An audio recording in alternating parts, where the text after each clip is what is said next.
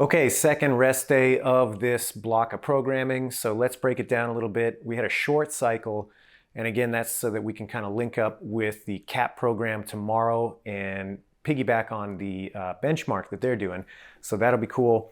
But in this short cycle, we saw a combination of a gymnastics, weightlifting, and monostructural workout. That was yesterday with the big bike ride, the muscle up, and the deadlift.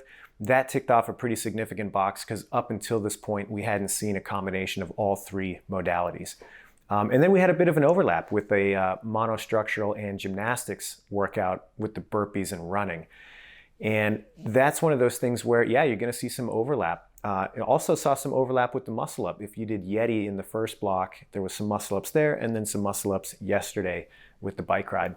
And that was one of those things when I was putting this together that I started to notice was, oh, you know what?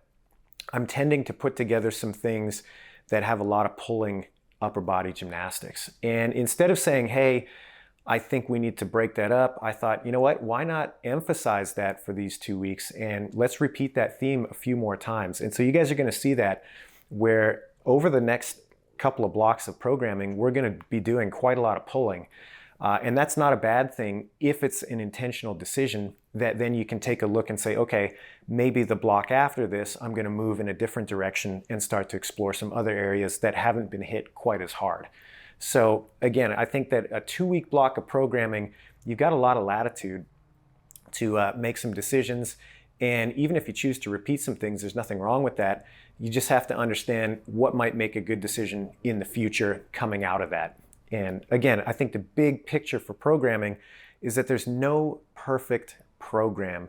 And certainly nobody's just going to be able to take an isolated 2 weeks and say, just do that forever and you're going to have all your bases checked. That's not how it's going to work. So again, as these things start to emerge and you get comfortable with them, you have those decisions to make. Do I want to lean into this and kind of make it an emphasis, or do I want to spread out and make sure that I get a little bit more coverage? Overall, we got to aim for that coverage, but there's nothing wrong with, from time to time, sticking with a theme for a little while and just trying to hammer that home.